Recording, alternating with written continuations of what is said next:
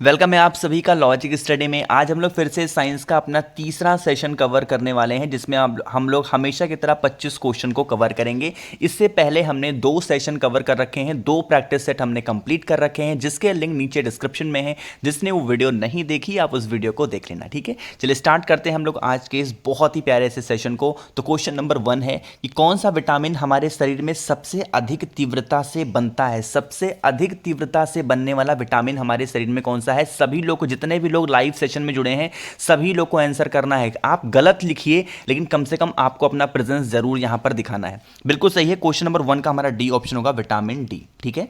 आगे हम लोग बढ़े क्वेश्चन नंबर 2 पे। दलदल में फंसे व्यक्ति को लेट जाने की सलाह दी जाती है क्योंकि, ऐसा क्यों कहा जाता है कि अगर आप दलदल में फंसे हुए हैं तो आप वहां पर लेट जाएं, ना ही आप अपना कोई ताकत लगाएं, ना ही निकलने की कोशिश करें। ऐसा क्यों किया जाता है बताओ भाई सभी लोग। 22 का ए ऑप्शन बिल्कुल सही है। क्षेत्रफल अधिक होने से दाब कम हो जाता है तो हम बच सकते हैं अगर हम लोग लेट जाएंगे तो, ठीक है। वरना अगर हम लोग जैसे निकलते हैं तो हम लोग और प्रेशर लगाते हैं तो नीचे धंसते चले जाएंगे।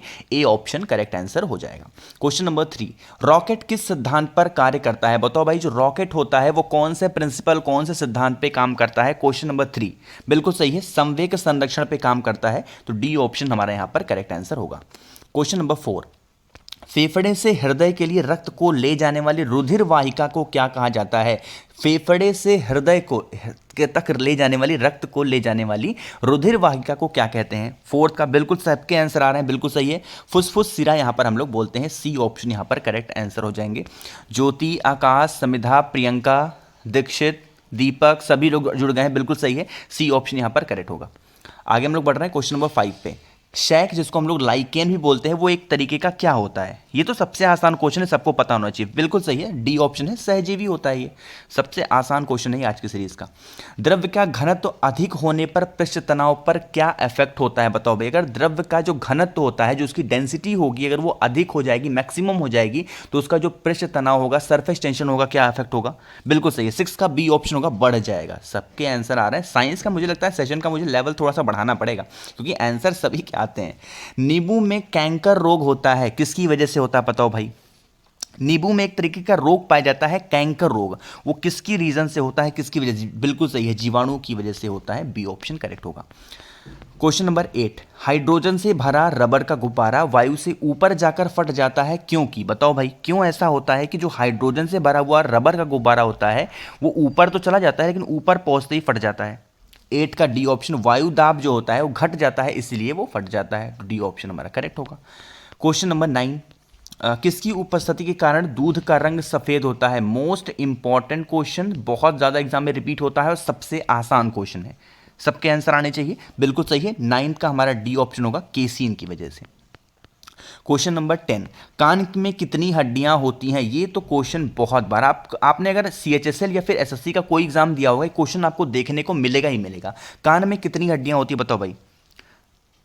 10th का सबको बिल्कुल सही है, 6 हड्डियां पाई जाती हैं। सी ऑप्शन हमारे यहां पर करेक्ट होगा। क्वेश्चन नंबर 11, द्रव्यमान ऊर्जा संबंध किसका निष्कर्ष होता है। द्रव्यमान ऊर्जा संबंध किसका निष्कर्ष होता है। क्वेश्चन नंबर 11 सबको आंसर करना, बी ऑप्शन बिल्कुल सही। सापेक्षता का सामान्य सिद्धांत इसका एक निष्कर्ष निकलता है।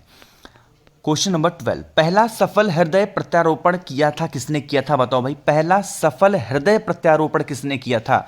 12th का बिल्कुल सही बात है, बी ऑप्शन होगा, सी एन बनार्ड साहब ने किया था। तो बी ऑप्शन हमारे यहां पर करेक्ट आंसर होगा। क्वेश्चन नंबर 13 कि मानव शरीर में सबसे बड़ी अंतःस्रावी ग्रंथि निम्नलिखित में से कौन सी होती है। हमारे बॉडी में सबसे बड़ी अंतःस्रावी ग्रंथि निम्नलिखित में से कौन सी होती है। 13 का ए ऑप्शन बिल्कुल सही बात है, थायराइड होती है।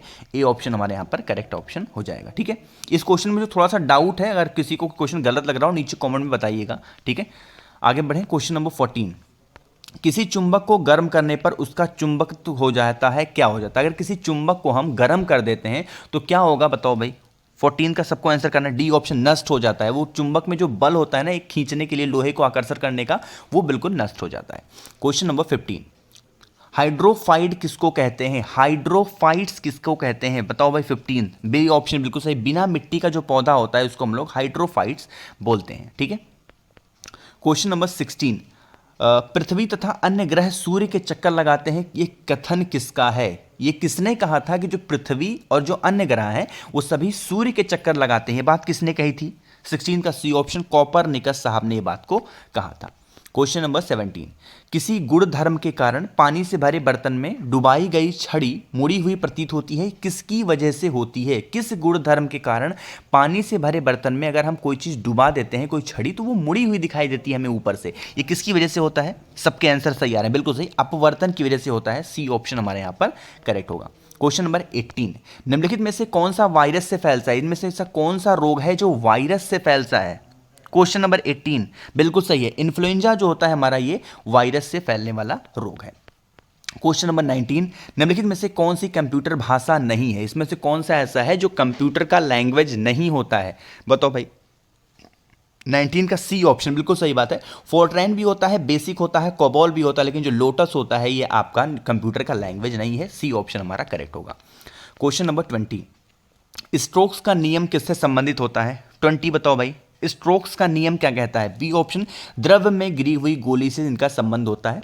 बी ऑप्शन हमारा यहां पर करेक्ट आंसर हो जाएगा। हम लोग बढ़ रहे हैं क्वेश्चन नंबर 21 पे। जो भी नए लोग, जितने भी लोग जुड़ रहे हैं इस सेशन में, सभी लोग को वीडियो लाइक करना है, और जो भी लोग आवाज़ मेरी पहली बार सुन रहे हैं चैनल को सब्सक्राइब जरूर करिएगा, ठीक है।